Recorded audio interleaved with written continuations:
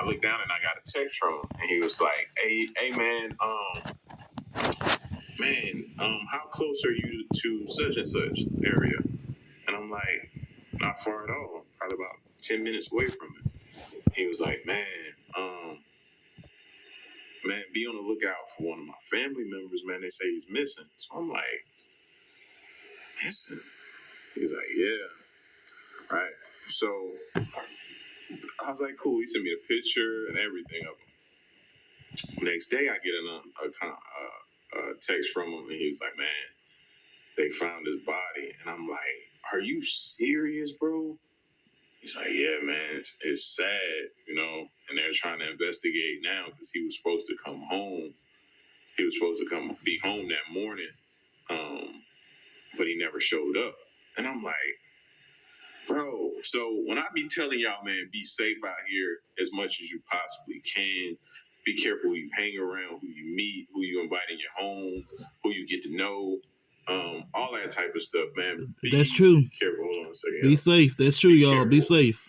And I be serious, man. For real. Careful, be safe. bro. It's happening every day. You see people talking about LA, like it's all out. What's the movie? Purge City now. Yeah. They like, don't come here. We can't ensure your safety. They're talking about LA right now. That's true. We can't ensure your safety. Like, it's crazy, bro. It's crazy. So, yeah, man, I just wanted to tell y'all, man, continue to be safe out here and watch yourself, all right? So the next story we're going to get into is shout outs to Mr. Ballin. This is the road is a death trap, all right? We're going to check this out. If you're new to the channel, hit the subscribe button, join the fam, and let's check it out. Is going to be tough to listen to. It's a very sad story. But if this were to happen to me and my family, I would want people to know about it. So hopefully I can do it justice. But before we get into today's story, if you're a fan of the strange, dark, and mysterious delivered in story format, then you come to the right place because that's all we do, and we upload 3 or 4 times every week. So if that's of interest to you, please convince the like button to sing karaoke and give them a Rammstein song, but do not put the lyrics on the screen. Also, please subscribe to our channel and turn on all notifications so you don't miss any of our weekly. Some very close friends, and some people she had not met before. Their destination was this beautiful spot along the Sierra Nevada mountain range in California, but as soon as they got there, Katie did not take in any of the beautiful scenery. Instead, she fixated solely on 25-year-old James Kim, who was one of those people she had not met before that was going on this trip. And for the people that were on this trip, they would say James and Katie immediately just fell in love with each other. And for the duration of this trip, they were inseparable. And then when they got back from this trip, James would actually move from Seattle to Oregon to be with Katie. And then after Katie graduated from college, the two got married in Las Vegas and then settled in San Francisco. James, who loved technology and always had, was quickly hired by a tech company to try out new technology and then write a review for the average consumer. Basically, James got paid to play with toys, and so he loved his job. The couple also opened 2 boutique stores in San Francisco. One was an apothecary, and the other sold eccentric clothing.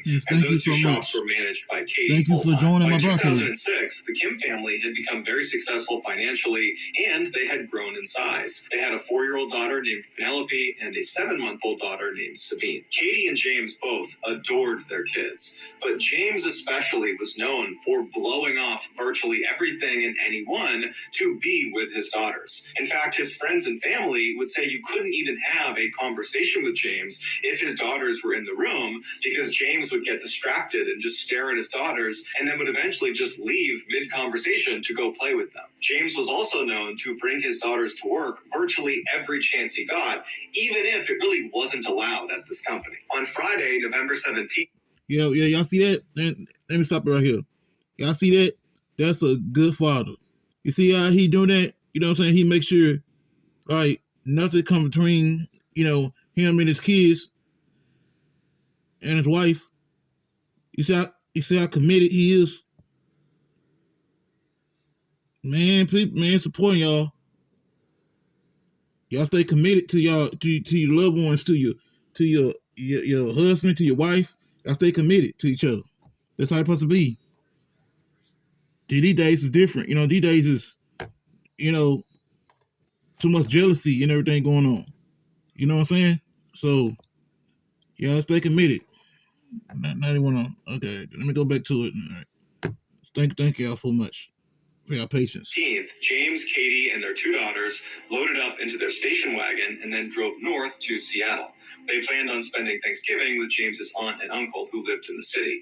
And also, James and Katie were considering leaving San Francisco and moving elsewhere, and Seattle seemed like a natural landing spot for them. So this trip served nicely as a chance to see family and to explore the area. And so late on Friday night, after a very long trip, they finally arrive in Seattle. And for the next couple of days, they have a wonderful time visiting with family and having Thanksgiving dinner. On Friday, November 24th, so a day after Thanksgiving, James, Katie, and their daughters loaded back up into the station wagon early in the morning. They said bye to James's aunt and uncle, and then they hit the road. But instead of just driving straight all the way to San Francisco, which would have taken the entire day, other social casinos graphics are so trash, you're going to think you're playing a gas station slot machine. Moto.us has commercials. which would have taken the entire day and then some. They decided to make a stop in Portland, Oregon, where one of Katie's very close friends from college was going to meet them for lunch. And so after about 3.5, 4 hours, they arrive in Portland, they meet Katie's friend, and they have this nice lunch. And then afterwards, the family retired to a hotel where they crashed for the night. The next morning, the plan was originally to just get in the car and then drive all the way back to San Francisco. But Katie suggested to James that instead of just driving all day, why don't we just stay here for part of the day, leave in the afternoon, and we'll stop somewhere between here and home. We'll break up the drive one more time. James thought it was a great idea. They pulled out the map, and Katie found a nice family-friendly vacation spot that was almost exactly halfway between where they were and home. It was called the 22-Ton Lodge, and it was located on the coast of Oregon in a town called Gold Beach. And so James and Katie think, perfect, this is exactly what we needed. Katie calls the lodge and she makes reservations for that night. And so that afternoon, after the family spent their nice day in Portland, they hopped in the car and they began traveling south towards the 22-Ton Lodge. Now, I know a lot of y'all are like, this could easily be us. I know I done said it like 19 times in my head so far. True. This could have been us. We would have done that. Yeah. Even with the vacation, you don't want to drive all day. Right. Driving is tiresome. So any way that you can break that up, awesome. you're going for it. And if you're not strapped for cash and want to do something extra and create, what does the woman always say to the man? Let's create memories. So if we're out and we have the time to do so, your job permits it, you're able to finagle and move things around to be able to say, hey, I want to spend extra time, take pictures, create moments with my family. You already seen he's a family-oriented type person. So again, I'm saying in my head, we would have done that, we would have done that, we would have done that, we would have done that. So already I'm in mind like, man, this could have easily been me. I don't know where he going. But you see what he's saying? It could, you know what I'm saying? It's best to be safe. You know what I'm saying? But at the same time, you know what I'm saying? You're tired, you're exhausted. So you're going to take a shorter way. You think what's faster way to get there. You're not going to, take a long way because you're tired, you're exhausted. And I'm sorry, I'm probably doing the same thing. You know what I'm saying? Hey, for real. With it, but this could easily be me. Right. About 8:30 p.m., the family was still on the road making their way when James got really hungry and said, let's pull over and get a bite to eat. So the family pulls over at a Denny's restaurant in Central Oregon. They go inside, and then after a quick bite to eat, they get back out, and they're on the road at 9 p.m. From the Denny's to the lodge was about a 2.5-hour drive. But after driving for 2 more hours, James realized they had missed a turn. So he told Katie about it, they looked at the map, and they realized if they were to backtrack all the way to that turn, it would add several more hours onto their trip. And so they began looking for an alternative path. And they found one. Instead of going all the way west to the coast and then all the way south to this lodge, which was the original plan, they could just go south from where they were all the way until they were parallel with this lodge. And then from there, they could just cut west along this road called Bear Camp Road. It would basically go straight to their destination. But what this map did not do a good job of explaining was just how dangerous Bear Camp Road was. It started at 900 feet of elevation. Whoa, what did that say? How dangerous danger, remote road, system ahead, danger. You could get stranded and die. I don't think I've ever seen a sign say something like that. Ever in the history of my life, I have never seen a sign say something like that, bro. So you would think, and some people don't understand in today's time what it was like to have to utilize a map for directions to get to your destination. Everything is navigation now on your phone, or you got one of those navigation devices that you got up in your windshield. Like, nobody remembers when you had to map quest something or you had to get an actual map. My pops was a truck driver, so he always kept that thick road map book. You see the difference between books and maps, and you know what I'm saying, your truck driver and all that other stuff. It's like them times, like, they have phones. You know what I'm saying, like, and it's like, you know what I'm saying, what choice you have to go the easy way route with a map, go the easy way, or go the long way around. A lot of us go take the easy route. Go say, let's take a shorter way because I'm tired and exhausted. So you see a sign like that, you know what I'm saying, you still gonna look past that because you're looking at, okay, even though I got my kids with me and, my wife with me, but I'm gonna take the chance because I'm tired, exhausted. So you got a lot of that. So you're looking at, you got two choices. Put your life online, do that, or take it a long way around. And it might take days. So, He had a couple of them. So nobody understands the struggle. Camp Road was. It started at 900 feet of elevation, but very quickly went all the way up to 4,000 feet of elevation before it went over the backside of this mountain down to Gold Beach and where this lodge was. While the road is paved, it's incredibly narrow and it's basically cut into a mountainside, and so there's very steep drop-offs throughout most of this ride, and there are no guardrails protecting people from falling off. The summer is really the only time people should be on Bear Camp Road because that's when the road is maintained. In the winter, the road is not plowed, it's not maintained, and so even a light snowstorm could make the road totally impassable. And the road cuts through a very remote section of Oregon where there's just not many people around. So if you get in trouble out there, you're probably on your own. But the Kims were not aware of the dangers this road possessed, and so after going south for a while, they did turn on to Bear Camp Road and began slowly driving up the mountain. So as James is driving, Katie falls asleep in the passenger seat, the girls fall asleep in back, and outside it begins to snow. An hour later, Katie wakes up from her sleep, and the first thing she notices is outside it is snowing so hard that James now has the windshield wipers on full blast, and still you could barely see out the front windshield. She looked at her husband, and he was hunched over, white-knuckling the steering wheel, looking intently out the window, and she says to him, what's going on? Should we stop? Should we turn around? And James, without even looking at her, says, yeah, honey, I do want to turn around, but the road is so narrow, we can't. And then he would tell his wife that earlier they had actually driven through a fork in the road where there was enough space to turn around, and so now he was just hopeful that there'd be another fork somewhere that would allow them to turn around. And so Katie was not excited about the idea, but she trusted James and said, okay, let's keep going. And so James just continues driving up this mountain pass, and you got to understand, they are driving on basically a cliff. On the left side, left of James, is just a sheer drop-off, and the road is totally slick from the snow. And so periodically, as James is driving, even though he's only going about 5 miles an hour, he would begin to slip and slide, and he's right on the edge of this cliff. And so it was a very, very stressful ride, and after several more miles of this, they were not reaching any turnaround. In fact, I'm sorry, I didn't pause here. Sorry guys, it was me now. Now let me tell you something. I don't like hikes. I don't know about y'all, but I'm not friendly with hikes. I'm very don't like hikes. So I would end up like be so freaking scared. And if I find any turnaround opening, I'm out of there. Seriously, for my safety and for my family safety. So you know what I'm saying? So hey, I can't continue going. So if we had to post this trip, we had to stop this trip and say, you know what, we got to plan for another day because I can't put my family life on the line because you got to look at it, you don't get one life. So you can't gamble with your life. You can't do it. They would have to periodically stop on inclines, put up the emergency brake, and one of them would have to get out and clear branches and rocks out of this tiny little road to continue onward. And so finally, Katie says to James, you gotta stop. You gotta back out of here. That's our only choice right now. So James put the car in reverse, and he opens his car door so he can look down at the edge of this cliff to make sure he doesn't accidentally veer off of it. And so very slowly, without even applying the gas, he began going in reverse, making sure he'd go off the cliff. And for hours and hours they did this. This must have been... Bro, if you've never driven in these type of conditions, then you don't understand what I'm feeling right now.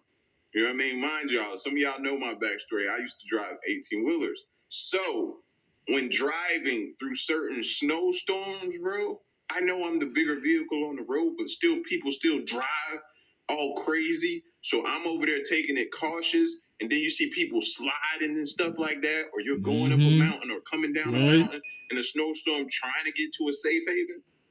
Man, bro, it used to be some of the most intense moments, man. That first year, my driving experience, gaining experience, where they put you over the road and make you drive and stuff like this all the time, I was quickly done with it. Quickly done. The first thing they could get me back on a home account that was local or regional in the Southeast region, I was on it. Because this type of stuff, bro, have you pulling your hair out. I wasn't in this type of situation, but I was in a few situations that were pretty bad. And so stressful. But finally, they make it to this fork in the road that James had seen much earlier, and they're able to make a decision. They had two paths they could take. They could turn around completely and drive nose out along the path they came in on all the way to the highway, but that was a very far drive, and they knew that road was treacherous, and there was a cliff drop-off, and it was really just as dangerous as what they had been on, and they really were not keen to be on that road considering the weather. Or they could turn left and go down the mountain on this path that was way wider than the paths they were on. It was like this huge road, and it looked like it went straight to the bottom of the mountain. And they're thinking, we don't know where this goes. The signage is not clear where this goes. But you got to figure, if you're going lower in elevation, the weather will not be as bad. And maybe if you go down this road, there'll be houses, or there'll be a gas station, or there'll be something. Don't go with maybe in those situations. Yeah, never. That was never go with maybe. I'm so sorry about commercials, guys. I'm so sorry. I mean, it's real. I'm sorry about this. Yeah. Those situations, bro. Go. Yeah, he right. Don't go with this type of situations. You know what I'm saying? Don't go with maybe. He right. Never go with maybe. You gotta know for sure. Know for sure where the road go to. You know what I'm saying? But if you know the road go down and feel like going down, you know what I'm saying? Then you got a good feeling, then you go with it. But if you got a bad feeling, a funny feeling about it, then don't do it. I advise you not to do it. Because your senses, your body will tell you. You got a gut feeling, you're gonna say, no, I can't do that. Just like you got the gut feeling before you open that door, you want to make sure that safe's open. So y'all, it's part in life. It's about being safe. Got to be safe in life. You know what I'm saying? You put your life online. You open the door, then somebody come in and kill you. With something that you already know for sure it's gonna lead you back to the main road. Yes, you're gonna go back through that treacherous drive, but you know for sure where it's leading to. You have no idea where this is leading to. But whatever it is, it's probably better than going that way or that way. And so James turned the car and began driving down this new road. Unfortunately, this was the worst choice they could have made. This road they were now on was this long, winding dead end that was used by loggers in the summer. Now, normally, this mistake by the Kim family would have been caught because there was supposed to be a big yellow gate that sat across this road just a little ways past this fork, blocking all traffic from proceeding any further. But vandals had recently come up and cut the lock on this gate, swung it open, and then locked it open. So the gate is completely off the road. And so as the Kims drove past where they normally would have been stopped. Now, y'all see that? When you don't go by the rules, you know what I'm saying? The rules in life, then somebody else would get hurt and killed. Because if that gate was there, then they would never go further. They know they had to turn around. It could have stayed their life. Now you see, it's by going by the rules. When people don't go by the rules and want to do their own thing, then you put somebody else's life on line. They didn't even see a gate. There was no gate anywhere, and so they just kept on driving. And from where this gate should have been, the road went from paved to dirt and full of potholes, and it narrowed considerably. The couple drove for 15 miles on this very tight, winding road that once again was on a cliffside until finally they reached another fork in the road where they could either go right or they could go straight, but there was no sign telling them which way led to what. And at some point in time, where are you at with gas? Like, where are you at? I keep thinking, like, what is the fuel saying? So James stopped the car right in the middle of this intersection, and he and Katie look at each other, and they know they're in trouble. So they get their phones out, and they try calling for help, but they have no service. And so as they're struggling to place calls, one of them realizes it's no longer snowing. It's actually raining, and a lot of the snow on the ground seems to be getting washed away. And so after not being able to place calls for several minutes, they decide, you know what, it's 2 a.m, we're tired, let's sleep here, we'll leave the car running, it'll be nice and warm, and when we wake up in the morning, this rain will most likely have washed away the snow and we can just drive out of here. And so the two are kind of relieved as they're saying this out loud that this situation is not nearly as bad as it seems. We'll be just fine. And so Katie, James, their 2 daughters, they fall asleep with the car running. It's nice and warm. And when they wake up, Katie and James realize it's gotten much, much worse. At some point in the night after they fell asleep, the temperature must have dropped again, and that rain became very heavy snow. And so all the water on the ground froze, and then almost a foot of snow fell on top of it. They were stuck. But Katie and James, they didn't panic because they remembered when they first turned onto Bear Camp Road, they had seen a plow truck parked off of the side of the road. And so to them, that meant if it snowed along Bear Camp Road, it would get plowed. And so that day, the Kims just stayed inside of their car and they ate snacks, and they read books, and they kept the heater on, and they waited to be rescued. But over the course of that entire day, nobody came down that road. No plows, no anybody. And Katie and James continuously tried their cell phones to try to punch out and get some help, but they never had any service. Also, Katie and James continuously honked the horn in case someone was in the area. I'm pretty sure they were out on E as well. Car done ran overnight. Oh my gosh. I hear them, but no one ever came to the rescue. And so by the end of that Sunday night, Katie and James were really starting to get worried because they have a 4-year-old and a 7-month-old. They cannot be out here for very much longer. But they began to tell each other that, you know what, it's Sunday. Maybe the plows don't come through on Sundays. Maybe they just don't work out here on Sundays. And so tomorrow, Monday, the plows will be out here. They'll come by and they will save us. Also, Katie and James began telling each other to reassure each other that, hey, tomorrow, Monday, that's the day we were supposed to be back in San Francisco. And so people are bound to notice our absence and they will report it to police and they will come out here and they will save us. So tomorrow we are going to get found. And so Katie and James, they put their 2 daughters in their car seats and James read them some bedtime stories and then the family fell asleep. The next day, Monday, the family did a lot of the same things they did the day before. They sat in their car, they kept spirits high, they tried to use their cell phones, which didn't work, they honked. Now you see how it gets from good to bad. Again, worse and worse every moment. And the sad part, you know what I'm saying, is like when you're going through that, you see the kids. You know, you can see the kids worry. You know, are we gonna be okay? You can see the wife worry. You know, you can see yourself. You know, he look himself in the mirror. You can see his worry. He's worried. And because you don't know what's going to happen the next day. You know what I'm saying? What you're going through a situation like that because it's cold, your wife cold, your kids cold. So as a man, you're trying to keep them safe. Their horns to get people's attention. That didn't work. They tried to ration their food, and the whole time they're keeping their eyes up each side of this road they're on in hopes a plow comes through. But all day long, no trucks, no plows, nothing comes down this road. Meanwhile, back in San Francisco, the family's absence was noticed by a family friend, but they didn't report it to police because they figured the Kim family had just decided to stay out a little bit longer and they would be back soon. By Monday night, Katie and James were officially terrified.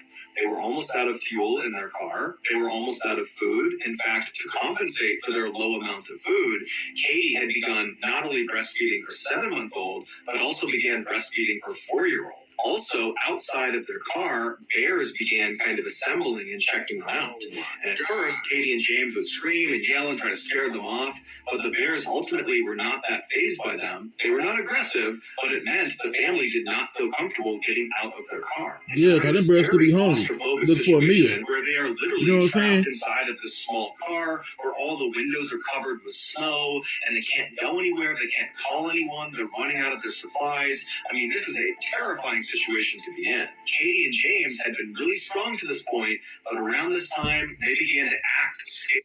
And you know how fear they got to be to see barrels, big barrels outside, like 12 feet, to stand up on that, feet, about 12 feet tall barrels. I mean, can you imagine that? Like, can you imagine that? You know what I'm saying? Like, you in a car, you look out your window, you see a huge barrel, a couple of barrels, and then grizzly barrels, and what you gonna do? That's a scary moment, scary situation. You don't got no weapon, no gun, nothing. And their kids picked up on it, and they started acting scared and fearful. And so the parents were trying their best to calm them down and tell them everything's going to be fine and they're going to get out of here soon. But in reality, Katie and James knew that if they didn't get found soon, they were probably going to die. The next day when they woke up, which was Tuesday, again, no cars or trucks came down either road. There's no plows. The snow just continued to pile up. And the food was running unbelievably low to the point where James actually left the car and went out looking for bear droppings because there's bears all over the place now. And he would pull the berries out of their droppings. And he and Katie began eating those. But after a while, they decided that was not a good idea because they might poison themselves. Their daughters, who the day before had been acting out of fear and anxiety, were now lethargic and quiet. And the parents' response to this was to start fighting with each other about whose fault this was, when in reality, they were just totally scared about what might happen to them. Meanwhile, back in San Francisco, the family has still not been reported to police. And so that night, Tuesday night, the Kim family once again huddled up inside of their car. James read the kids' books, and then they all fell asleep. The next morning, Wednesday, they ran out of gas for their car. So they had no way to heat themselves. And so James got the spare tire out of the back of the car, and he rounded up some magazines inside of the car, and he lit a fire for the family to stand around and try to warm up by. And it worked, but the fire very quickly died out, and they couldn't find any wood that wasn't soaking wet to put on it. So before long, they did not have a fire. And so all day that day, James and Katie were desperately looking up the road in hopes that a car or truck would come through. They never did. James and Katie tried their cell phones repeatedly, but they... At that point, man, what do? I gotta do something, man. I got daughters. I got a wife here. I gotta do something. You know what I mean?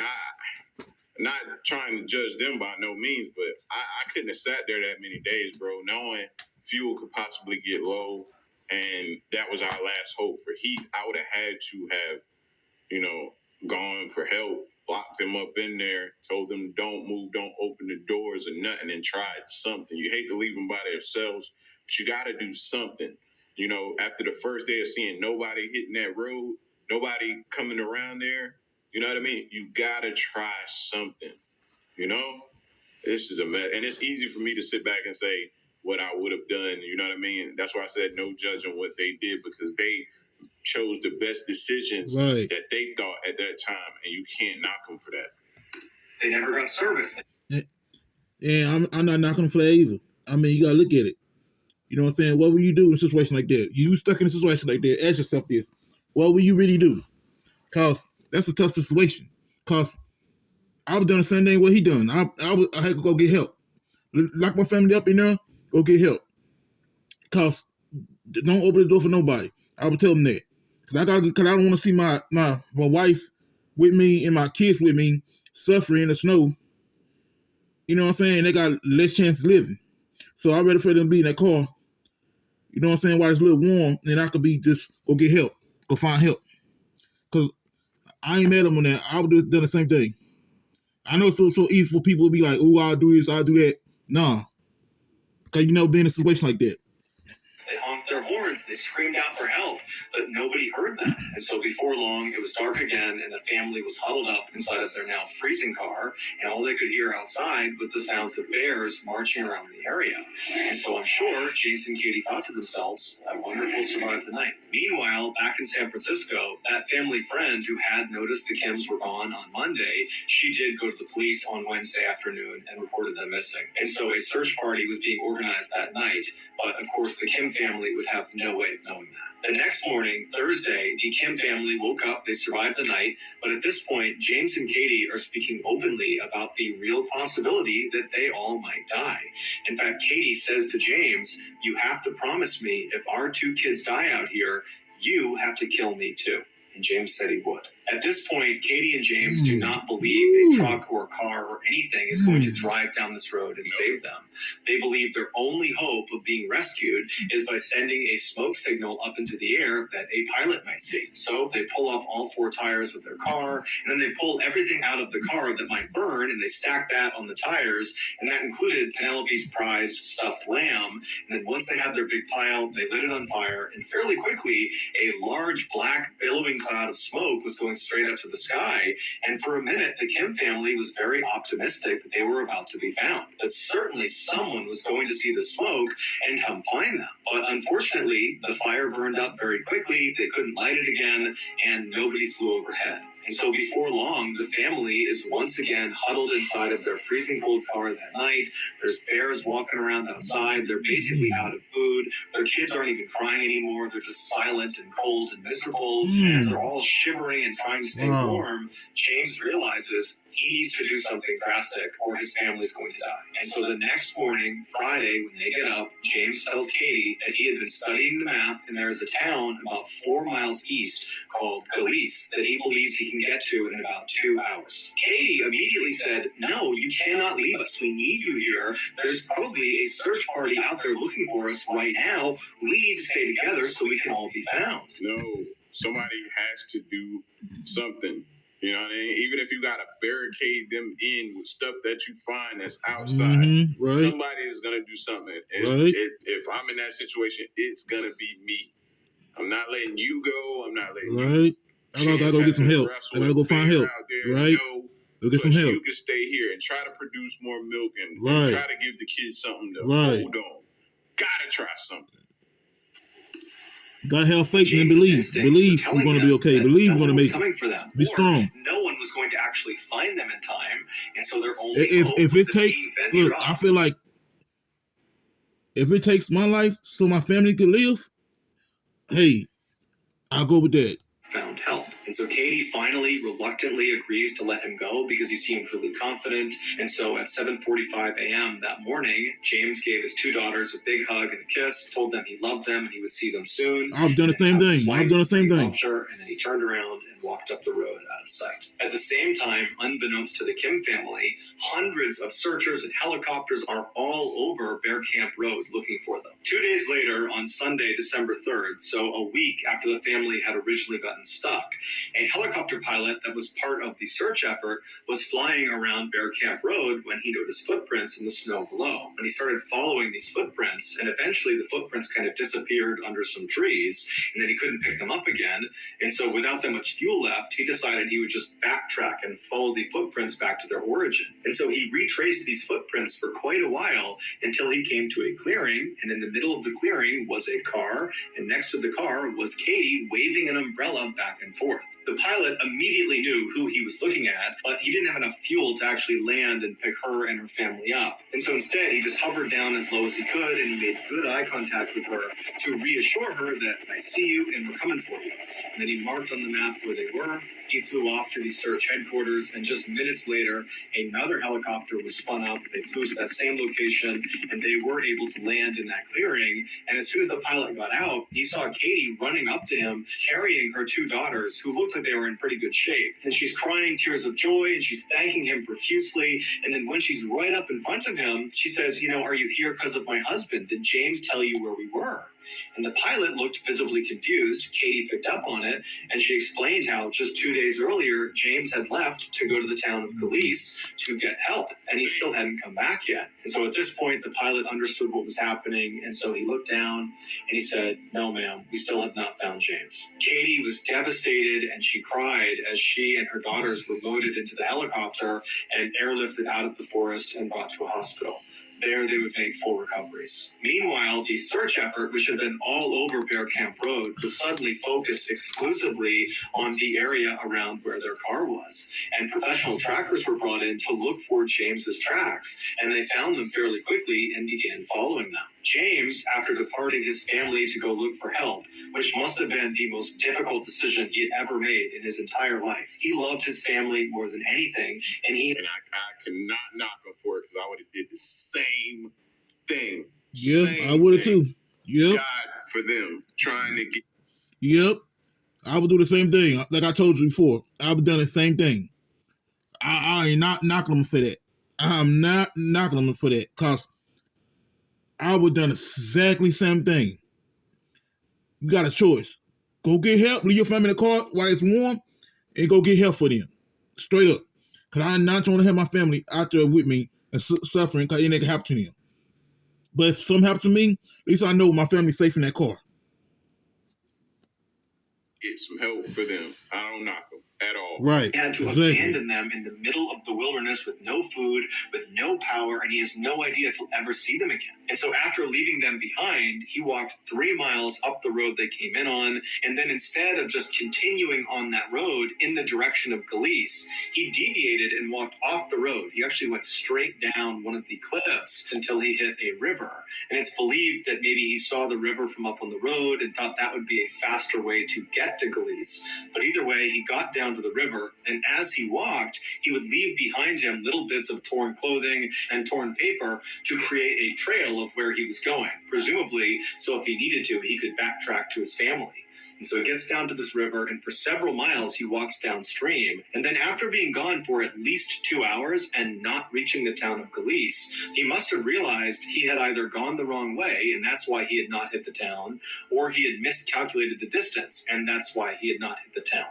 But either way, he did not turn around and go back to his family. Instead, he pressed on, believing he was their only hope. And so on he went, crossing over rivers, getting totally soaked in frigid water. He went up and down mountains all over these totally rugged areas in nothing but street clothes. He had sneakers, pants, and a jacket on. He had no food, he had no water, and he just kept on going until it was nightfall, and he had covered about 10 miles at this point, and he laid down and he went to sleep. And that night must have been absolutely horrible as he thought about his family that was alone in the woods somewhere. He probably wondered if they were still alive.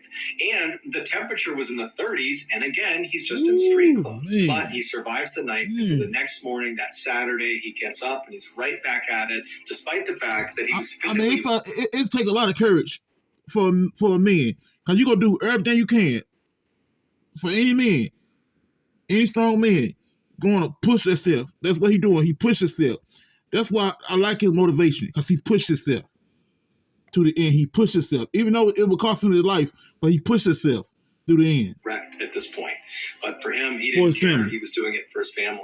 And so all day he hiked in and out of freezing cold streams, up and down mountains, until finally he found himself at the bottom of this deep ravine next to a river where he just fell to his knees, fell forward, and died. He had literally just kept on going, looking for help for his family, until he eventually succumbed to hypothermia. James's body was located 2 days after his wife and his daughters were successfully rescued. God bless his soul. It would turn out the town of Galice was not 4 miles away from the family's car. It was about 15 miles away, but that's from point A to point B on a map, like a straight line.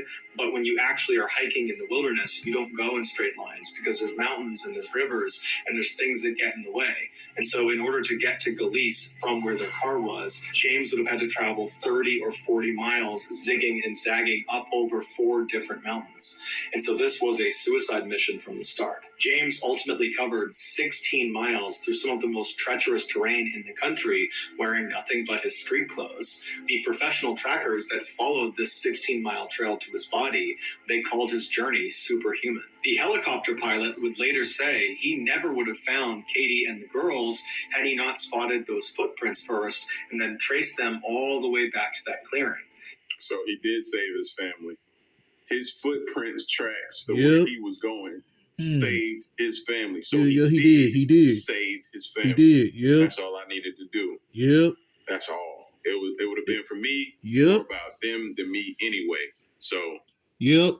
If it cost me my life, hey, I did. I had to make that choice. You got to make that choice. Everybody got to make a choice in life. You make that choice. If it costs my life to save my kids and my wife, hey, I go with that. If I had to go out like that, but y'all found them, I'm cool with that.